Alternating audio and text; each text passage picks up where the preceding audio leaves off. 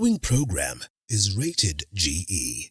It is suitable for general. Hello and welcome to yet another episode of The Grind with me, your host Hibaq Said. This week we're going to be focusing on the beauty industry. Specifically, we're going to be focusing on the trade that is dreadlocks. We want to know what exactly is happening in that particular subsector. Of course, it's growing in popularity now. What's happening on ground? Now, our entrepreneur of the week is a youth. He went into dreadlocks. We want to know what his journey has been like. Greg, if you could just start by introducing yourself. What is your name? Why did you go into this business? My names are Gregorio Mondi. I'm a loctician. I'm the entrepreneur of Locks Infinity Care. So I chose this business because at this juncture, everyone wants something that can put food on the table. And before you knew, they were like salon thing was for ladies. But as per now, since that it can bring food on our table, have to go with it. Yeah, of course, na kuhustle ni lazima. Greg, umeanza hii business, of course, you've been doing this for a couple of years. Mbona ulianza in the first place? Nilianza, the first time nilianza, at first, I thought that I will never be here. But the moment I came, I was working as a shampoo boy. I used to wash clients' hair on the sink. And I started learning slowly by slowly. Within 3 years, I mastered the art. And I found out that this is the thing I can do. So I loved it, and I still love whatever I'm doing. Tuongele the Kenyan culture kidogo. Of course, locks at first, a lot of people used to connote it to bad things and people weren't very open to it. But nowadays, unaona, there's different types. How are people receptive to this business? At first it wasn't easy, because most of people thought that anyone who is associated with dreadlocks is a criminal or someone who smokes a lot of weed. And you know, even up to date, even the elder people, they are still in the same thing. But right now I can tell you, it's just a style. Anyone can have dreadlocks. Yeah. Tuongele sales zako. Of course, when you started, it was a bit different, and now it's a bit different. Tuseme customers wenye huwa unapata in a day wanakuanga wangapi in comparison to now? Okay, in a day, let's say approximately, naweza kuwa na clients kama 5 or more, or even less. So it depends with the month as well, because you see, people, this thing needs money. You have to come when you are fully prepared. Yeah. So sometimes you can have let's say minimum of 3 in a day. A minimum of 3 in a day, at least that's a number that you can work with. Uko na hii salon yako, I see you're only doing, locking. You're a loctician, of course, but that's the only thing you do. Mbona you've never ventured into other types of hair, beauty? Mbona hujafikiria? No, we do all sorts of hair. Yeah, we do even the normal braids. But the thing that is known much about our salon is dreadlocks. But we do other sorts of hair. So anything we can do, except I think the massage and makeup, it's what we're going to work on right now to get other people who can do them as well. Yeah. The beauty industry usually inakuanga na a lot of problems, especially ukifikiria competition. Wewe umeonaje competition? Who unaongeleshaje your customers so that they come to your salon? I think the competition is the best thing. That's the only thing that keeps you going. Yeah, if you don't have competition, you'll relax. Even you will never do the best job. So you need to have that competition to keep you going. And the more you find others are competing against you, that's why you find other ways of convincing your clients to come. So you've been doing this for a couple of years. Maybe unaweza tupeleka tu through the years that you've been doing this. How have things been changing kwa hii industry yenu? Things have been changing because at first, when you're starting something, you start from scratch. I didn't have even clients, but I had to push myself, social media, here and there, calling my friends, telling them, hey, I do this, this, and this. Some came through, some never bothered, but it's life. You have to push yourself. So from there, then my social media started picking bit by bit until I'm here. Greg, tukiona hii establishment yako, you have a couple of employees. How has that been like for you? Huwa unapataje employees, and how do you get people who know how to make people's hair? Literally, we don't get people who knows how to do it. We get people who doesn't know, because those who know, they already have a job. They can do it anywhere. But we get those ones who do not know anything. We train them, We work with them. If they feel like leaving, they feel like they can now work by themselves, they leave, then we get other ones. Okay. Yeah. Maybe if you could just tell us your marketing strategy huwa inakuwa gani? Of course, siku hizi tunaona social media is where people are going into. How have you found marketing for yourself? Normally, my marketing strategy, I normally use social media most and a bit of referral. Some of my clients, they refer their friends, their families, and their colleagues from work. Yeah. Let's talk about products. Of course, you do use a lot of products. This is the beauty industry. What are the criteria that you usually use? How do you ensure that the quality is the best? Because, okay, when it comes to dreadlocks, there are specific products you're supposed to use. Because most of the time, there are so many types of dreadlocks. When someone is having natural dreadlocks, they have specific products you're supposed to use. The artificial dreadlocks also have specific product that someone has to use. Because when you use the ones for natural dreadlocks on artificial dreadlocks, at the end of the day, your hair will lock permanently. But when your hair locks, whereby you came, you wanted to have something temporarily, then at some point you remove them, and you find yourself using the wrong product. By the end of the day, you will cry. Yeah. But so we normally advise our clients whenever they come, the product they're supposed to use. Don't just let you go use anything. No, we give you the product you're supposed to use exactly. Kuna different type of dreadlocks as you have seen. Of course, different customers want different things, but hair type is different. How do you advise your customers, and what are the types of dreadlocks even? Right now, we have like, I think there are 3 types of dreadlocks. We have the artificial dreadlocks, we have the natural dreadlocks, and we have what we call sister locks. And sister locks is also divided into 3 actually. We have temporary sister locks, and we have the temporary sister locks, which is done by human hair, whereby you can do the coloring at some point, and we have natural sister locks as well. So the style goes with whoever wants it. So you can come, like you right now, you tell me I want dreadlocks. You have to specify which dreadlocks do you want.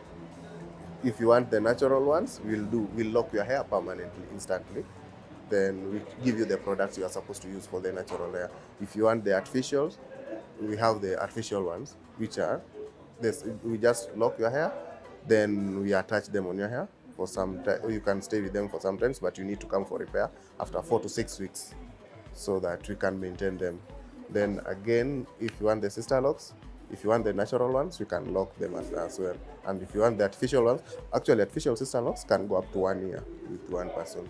But you do the retouch after every 2 months. Tia watu advisory when they come to you. Of course, you know, a client would come with something, but unaona hii vile nywele yake inakaa, it's a different type. How do you give people advisory? Yeah, whenever you come with something that is not going to add up, I'll always tell you, you shouldn't go for this, try this one. It will help you. But you know, Kenyans are Kenyans. Someone will come, someone will come, whatever he or she wants, is whatever she wants. But you see, when it reaches that point, what are you going to do? Let's say you are in my shoe. What are you going to do? You try to advise someone, you should use this one, not this one, but they insist they want what they want. You'll have to go with whatever they normally say clients are always right. The customer knows best. But sometimes I disagree with that, because I'm the technician. I know it better than you. Now, of course, hizi trends huwa zina change, na tunaona a lot of trends come from the international markets. How have you been keeping up with that? For us, okay, for the dreadlocks family, I don't think it will never change, because it's something, it has been there before, it was there, and it is there, and it will always be there. The reason being, you see, before, the society never accepted dreadlocks. Right now, it's when the society is trying to accept dreadlocks slowly by slowly. So, in future, I think it will be just a normal thing. So, I think it will remain there for good.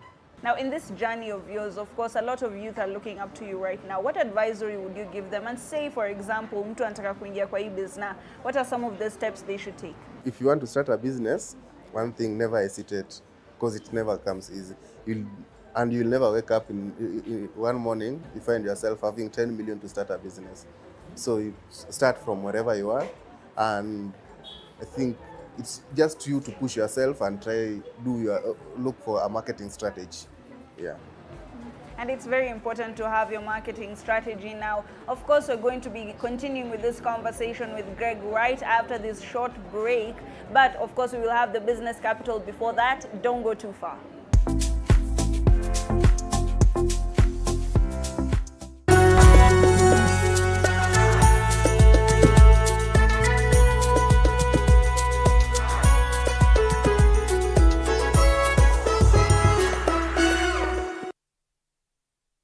Kila kiongozi ana hadithi yake ya kipekee. Wazazi wangu walikuwa bit strict kwa sababu mamangu mwenyewe, mimi kutoka kuzaliwa sijailala nje. The white small one, huyo ana sniff powder. Alafu huyo mwingine ni Ridgeback, ana sniff Simba. Even the employees knows that. So when in the boardroom is the chairman, the CEO, and the rest of. At what point are you a wife?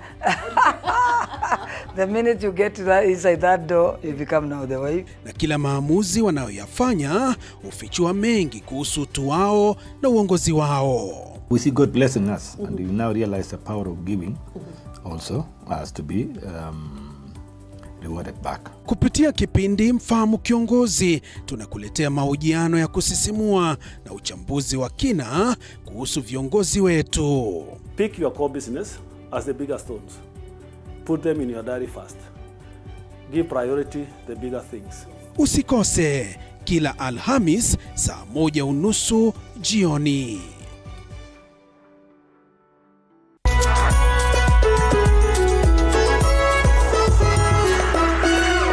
In a world where challenges are as common as opportunities, there are those who dare to defy the odds. They are the entrepreneurs. Entrepreneurship isn't just about starting a business, it's about embracing uncertainty, pushing boundaries, and turning dreams into reality. Hata ambao ni pesa ya kusave, wallahi.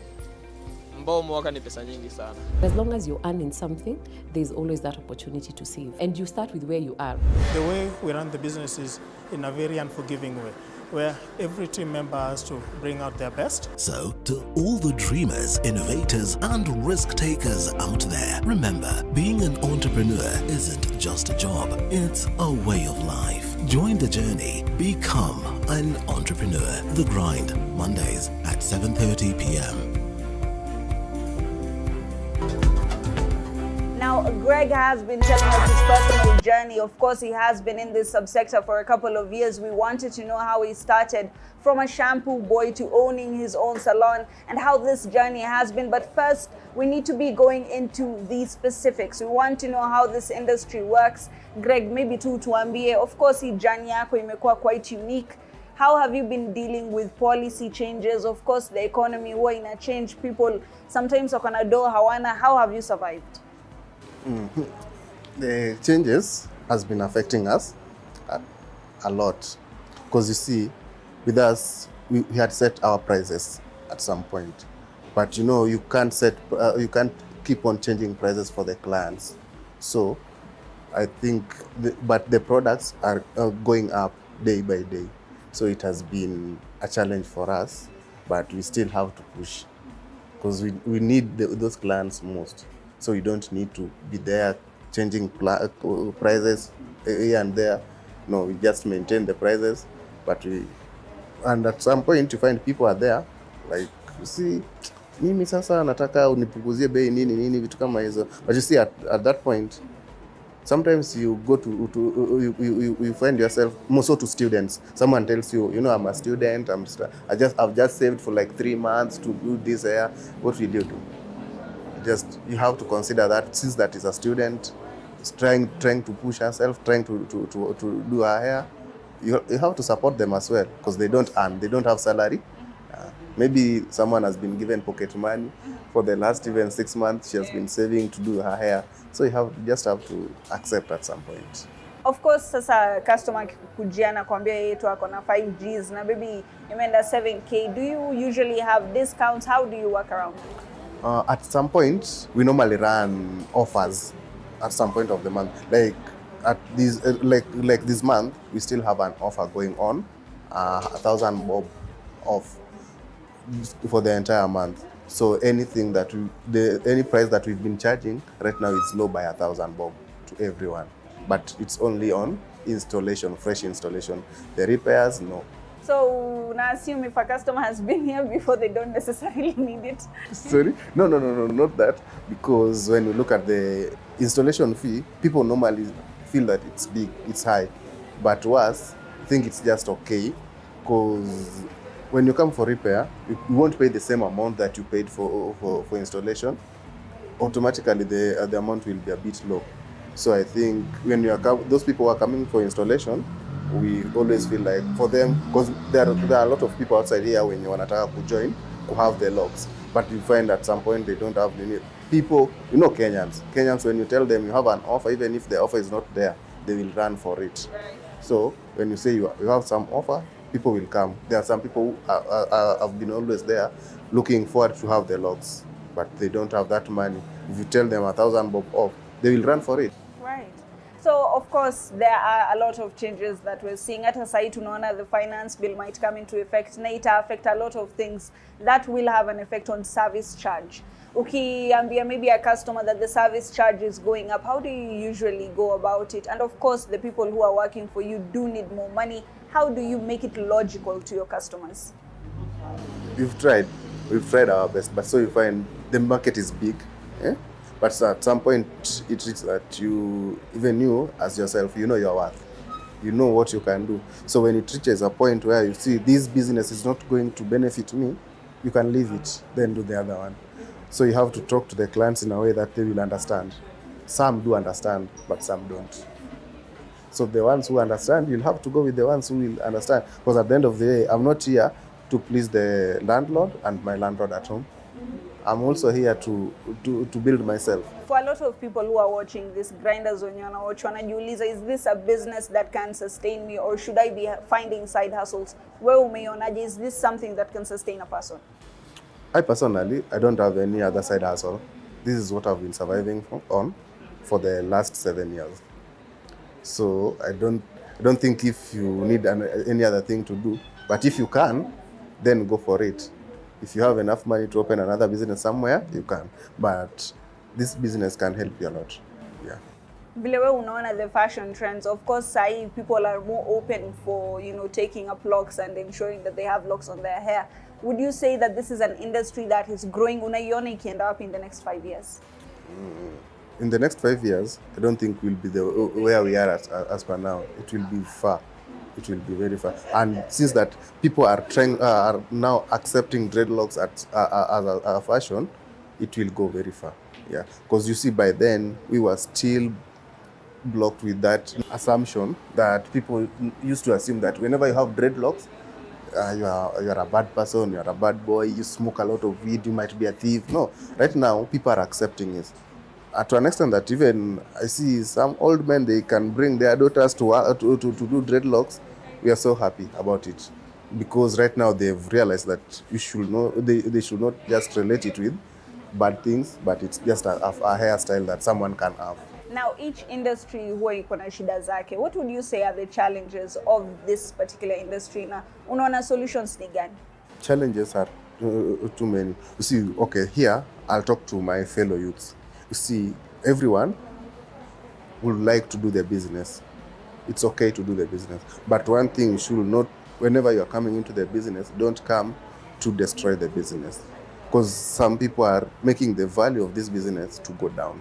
Whereby you come, you don't know everything, you just know something small. You want to fish out clients from social media, so you come here, you push your prices to the bottom. Like you're trying to make us con men. You feel. So sometimes people, they come, they want to, like something you're supposed to charge 7,000, someone will come and start charging 3,000. No, it's almost a half of the amount. So you see, when you come there, then at the end of the day, clients will run for that person. Then after that, he or she will find that the service is not okay. Then you'll go outside there and start saying, no, I don't like dreadlocks, it's like this. No, it's because you went to the wrong person. Now, tupatie to survival tips, because of course unasema new entrants into the market are changing the prices and services inaweza kuwa mbaya. For people who are coming into this, unaweza wapatie survival tips gani? Survival tips, I'll rather advise someone, if you are coming into the business, please try and go work under someone who has the idea. Work with that person, learn whatever you're supposed to do, then come out of that place when you know what to do. Don't come out of that place when you know 1, 2 things, then you feel like I'm good. Come out of that place when you know what to do, whereby even the clients you are working on there, when they meet you somewhere, they are happy to work with you. Not that someone, you just come 2 days, 3 days, you feel like you're okay. It will never work for you. Yeah. Na msee atasurvive akifanya hizo vitu. Thank you so much, Greg. Of course, when you're working in an industry such as this, the service industry, you have to make sure that you have the best skills so that, of course, your customers keep coming back to you. That has been our topic for this week. Do engage with us. Tell us, what businesses would you like for us to cover? Engage with us on our socials at the bottom of the screen. Until next week, same time, same place, my name is Hibaq Said.